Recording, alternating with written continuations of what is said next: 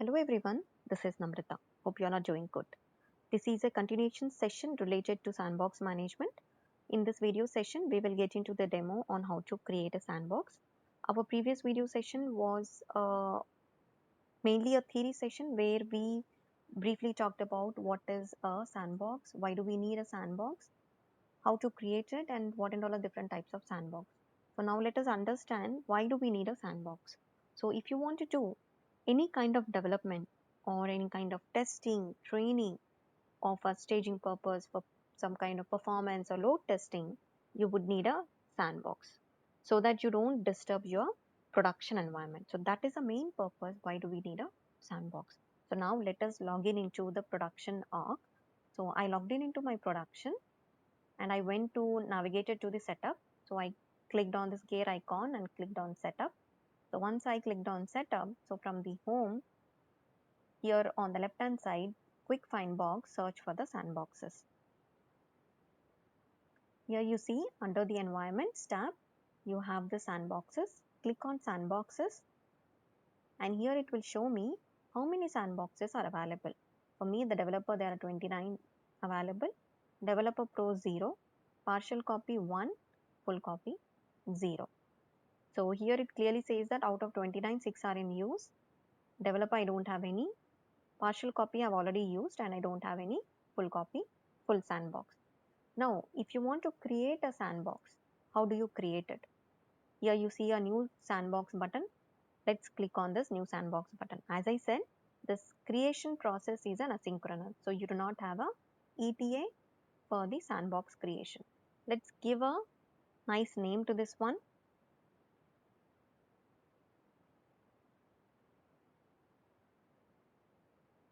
DC one stop demo. Let's give the demo 1 because I've used it, and then it is always good to describe why are you creating this sandbox. And then here it is asking me whether you want, from where do you want to create this sandbox. Yeah, if you can see, these are all of the different sandboxes which are available. You wanted to create it from your production or demo or dev. These and all are the already existing sandboxes which I have created. So it is asking me to create. So our main purpose is to create a sandbox from the production. Here it clearly says to create a sandbox from your production, select production. If you want to clone the existing sandbox, select that sandbox name. But here the main purpose is cloning. You wanted the data from the production to your sandboxes. So I'm creating this demo 1 sandbox. Here it defines all of these: developer, developer pro, partial copy, full copy. We have discussed these in detail. Developer is 1-day interval, pro is also 1 day. However, the capacity is 1 GB. Partial copy, the refresh interval is 5 days and capacity is 5 GB. It will also copy the data, whatever you define here. And full copy, full is the exact replica of your production. Now here, since I have the developer sandboxes available, let's click on next. So if you have any Apex class, you can use it. Sandbox options. Enter the name of the Apex class to be run after the sandbox activation. Leave it blank if you don't want to run a post copy Apex class. I don't have any Apex classes, so I'm just leaving it blank and click on create. So when you create it, it will take, we will not have any ETA for that one. So it will see here, you can see, right? The status is pending. It is in queue, and after some time, the status will be like processing, and once it is processed, the status will be like it will show it as completed. So let's log in. Let's go to any other developer sandbox which we have created earlier. So this is one of the developer sandbox which I created. So when you click on this developer SFDC one stop, it says that the refresh is already completed. Next refresh is available is sandbox storm, refresh interval, all of this is available. Let's go back. Once the sandbox is available, in order to log in into your sandbox, you can click on this login button. How do you log in into the sandbox? What will be your username for that? Username will be same as the production username.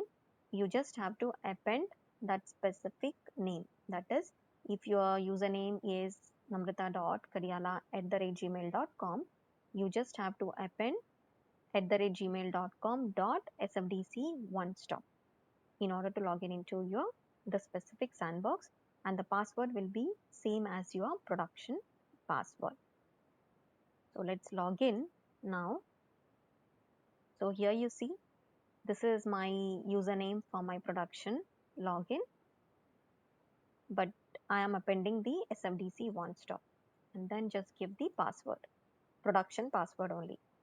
Once you log in, because all of these are operations you are doing it using the system admin, right? So once you log in as a system admin, you can change the username of that specific user, and you can reset the password and change your password. So here I logged in into my SFDC one stop sandbox. So here when we go back to the click on the setup, you will not be able to see the sandboxes here because you will not have that permission to create a sandbox from a sandbox. That is why I mentioned that whenever you want, if at all you wanted to create a sandbox, you have to be in your production org. From there you can create a sandbox. So this is how you have created a sandbox and you are able to log in into the sandbox. Here you see the status is processing, and it's going to take some time in order to complete the creation of the sandbox. Now let us also talk about the second tab here. This is a sandbox template. Let's go and click. Here we have already created a template. This is already in use. We use this template for the QA. So when I click on edit,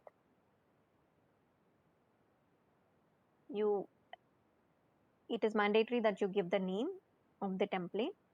Also, it is best practice to always give the description. And here it is asking me to select the different types of objects to copy it into the new sandbox.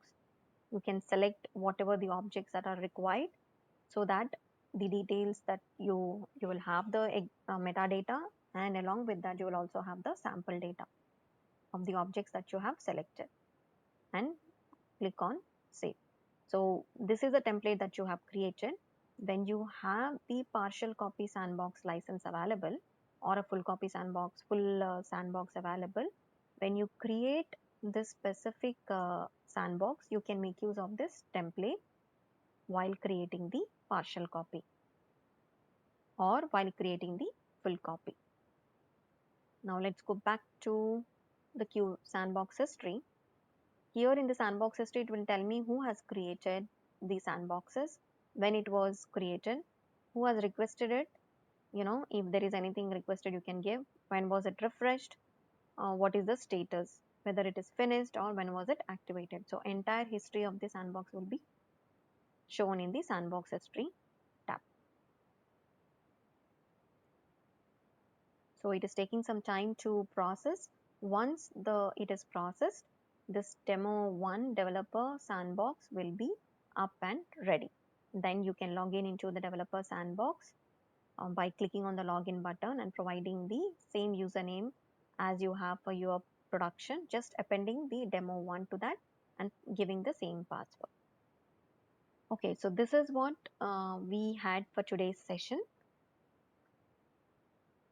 Thanks everyone for taking time and watching all our videos. I hope you find these videos helpful. Please do continue to like, share and subscribe our channel, and also you can provide your valuable feedback in the comment section. That's all for today. Signing off, Namrata Karyala. Bye bye.